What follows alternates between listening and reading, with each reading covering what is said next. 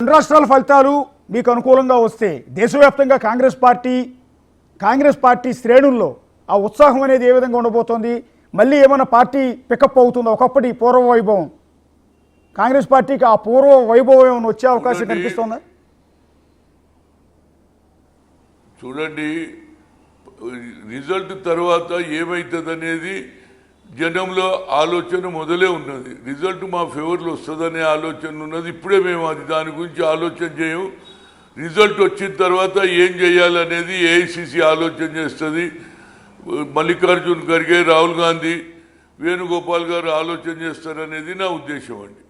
Thank you VH గారు, చాలా valuable time మాకు ఇచ్చారు. ఎన్నికల ఫలితాలకు సంబంధించి అప్డేట్స్ ఇచ్చినందుకు ధన్యవాదాలు చెప్తున్నాం. మనతో పాటు బీజేపీ సీనియర్ నేత ఎండల లక్ష్మీనారాయణ గారు ప్రస్తుతం మనతో పాటు జాయిన్ అవుతున్నారు.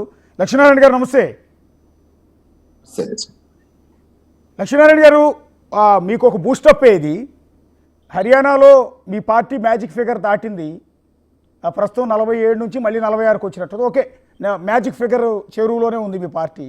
కాంగ్రెస్ పార్టీ 69 స్థానాల వరకు ఎగబాకిన ఆ పార్టీ 38 స్థానాలకి పడిపోయింది. ప్రస్తుతానికి ఉన్న ట్రెండ్ ఇది ఎందుకంటే నిలకడ లేకుండా ఉంది. ఒక రౌండ్కి వచ్చేటప్పటికి మారిపోతూ వస్తుంది. ఇప్పటిదాకా బాగా వెనకబడిపోయింది అనుకున్న కాంగ్రెస్ మళ్ళీ పికప్ అవుతుంది, 38 స్థానాలకు వచ్చింది. సో మళ్ళీ మీ పార్టీ 48 స్థానాల నుంచి 46 స్థానాలకు డౌన్ అయింది. సో ఏం జరగబోతోంది ఈ నెక్ టు నెక్ ఫైట్? ఏవైతే సర్వేలు చూపించిన దానికి భిన్నంగా, ఎర్లీ ట్రెండ్స్ ఏవైతే దానికి భిన్నంగా క్లోజ్ కాంటెస్ట్ లో ఉన్నటువంటి సీట్లు మరి భారతీయ జనతా పార్టీకి అనుకూలంగా ఒక దశలో డౌన్ ట్రెండ్ ఉన్నటువంటి స్థితి నుంచి మరి పుంజుకొని మరి ఈ రౌండ్లు ఏవైతే ఇప్పుడు వచ్చేటువంటి స్టేబుల్గా ఉంటాయి, ఆ స్టేబుల్గా ఉండేటువంటి రౌండ్స్ ఏవైతే ఉన్నాయో ఆ రౌండ్స్లో భారతీయ జనతా పార్టీ సొంతంగా మ్యాజిక్ ఫిగర్ను అందుకునేటువంటి స్థితి కనపడతా ఉన్నది.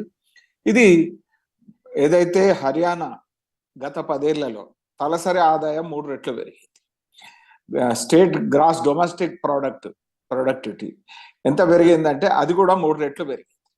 పారిశ్రామికంగా కానీ వ్యవసాయ పరంగా ఎంఎస్పి విషయంలో కానీ, పారిశ్రామిక అభివృద్ధి కానీ, మౌలిక సదుపాయాల కల్పన కానీ, ఈ రకంగా ఇన్ఫ్రాస్ట్రక్చర్ డెవలప్మెంట్ ఏదైతే ఉందో అభివృద్ధికి ఇవాళ హర్యానా ప్రజలు మరోసారి అవకాశం ఇవ్వడానికి సిద్ధమైనట్టుగా స్పష్టమవుతా ఉన్నది. ఇది ఇదే రకంగా కొనసాగుతుంది అనేటువంటి విషయం అర్థమవుతా ఉన్నది. ఇకపోతే ఏదైతే పార్లమెంట్ ఎన్నికల్లో రాజ్యాంగాన్ని మారుస్తారు, రిజర్వేషన్లను రద్దు చేస్తారు అన్నటువంటి దాని నుంచి ప్రజలు బయటకు వచ్చిండ్రు. అప్పుడు ఏదైతే అబద్ధ ప్రచారానికి ఇప్పుడు చరమగీతం పాడుతున్నారు అనేటువంటిది అర్థమవుతాం. ఈ రకమైనటువంటి స్థితిలో మరి రాబోయేటువంటి రోజుల్లో ఇవాళ అంటే రాహుల్ గాంధీ అనేటువంటి వ్యక్తి ఈ కాంగ్రెస్ ఎక్కడైనా కూడా కాంగ్రెస్ పార్టీకి ఒక నిర్దిష్టమైనటువంటి సిద్ధాంతం లేనటువంటి పరిస్థితి, ఎన్నికల కోసం ఏదైనా ప్రచారానికి ఏదైనా అలవి కాని హామీలు ఇవ్వడంలో దిట్ట అయింది ఇప్పుడు కాంగ్రెస్. మనం చూసినాం కర్ణాటకలో హామీలు ఇవాళ తిరస్కారం ఎదుర్కొంటున్నటువంటి పరిస్థితి కర్ణాటక సర్కార్.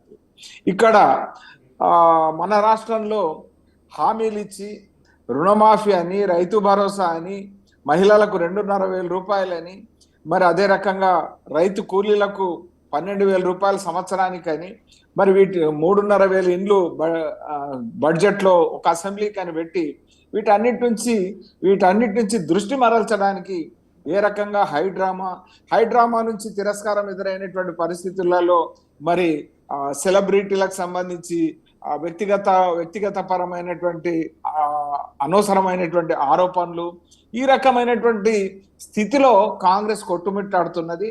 ఈ రకమైనటువంటి దుస్థితి రాకుండా హర్యానా ప్రజలు ఇవాళ అప్రమత్తంగా ఉండి స్థిరంగా దృఢంగా చెప్పింది చేసేటువంటి భారతీయ జనతా పార్టీ వైపు ఆలోచన, భారతీయ జనతా పార్టీని మళ్ళొకసారి గెలిపించే దిశలో నిర్ణయం తీసుకున్నారనేటువంటిది ఈ ట్రెండ్స్ ద్వారా అర్థమవుతా ఉంది.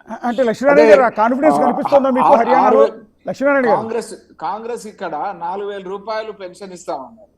మరి ఏదైతే హర్యానాలో 6,000 రూపాయలు పెన్షన్ ఇస్తామన్నారు.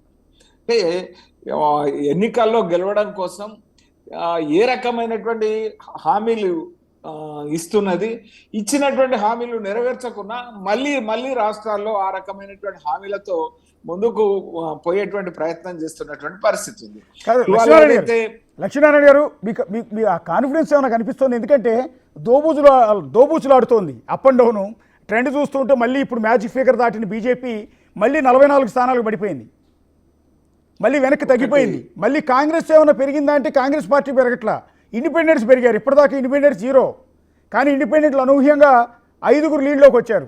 అంటే మీ బీజేపీ ఇప్పటివరకు లీడ్లో ఉన్న స్థానాలను ఇండిపెండెంట్లు పట్టుకెళ్ళారు. అలాగే ఐఎన్ఎల్డి నిన్నటి వరకు కొద్దిసేపటి క్రితం వరకు 0-0 ఉంది, అది ఐఎన్ఎల్డి ప్రస్తుతం 3 స్థానాలకు ఎగబాకింది. సో మొత్తం పూర్తిగా నెక్ టు నెక్ కనిపిస్తోంది. మీకేమన్నా ఆ కాన్ఫిడెన్స్ కనిపిస్తుందో పక్కాగా మళ్ళీ మేమే అధికారంలోకి వస్తాం, బీజేపీ ఆధ్వర్యంలోనే ప్రభుత్వం ఏర్పడుతుందని?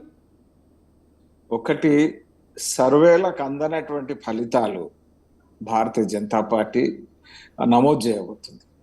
ఎర్లీ ట్రెండ్స్లో పోస్టల్ బ్యాలెట్ స్థితిలో ఏర్పడ్డటువంటి ట్రెండ్స్ ఏవైతే ఒక దశలో కాంగ్రెస్ 65, 60, 66 ఈ రకంగా చూపించినటువంటి స్థితి నుంచి, కాంగ్రెస్ శ్రేణులు 75 స్థానాలతో గెలుస్తామన్నటువంటి పరిస్థితి నుంచి ఇప్పుడు భారతీయ జనతా పార్టీకి మ్యాజిక్ ఫిగర్ పైన ఏవైతే స్థిరంగా కొనసాగుతున్న పరిస్థితి ఏదైతే ఉందో, తప్పనిసరిగా మళ్ళీ భారతీయ జనతా పార్టీ ప్రభుత్వం మూడోసారి ఏర్పడుతుంది అనేటువంటి విశ్వాసం చాలా స్పష్టంగా ప్రజలు ఆ రకమైనటువంటి తీర్పుని ఇచ్చిండ్రు.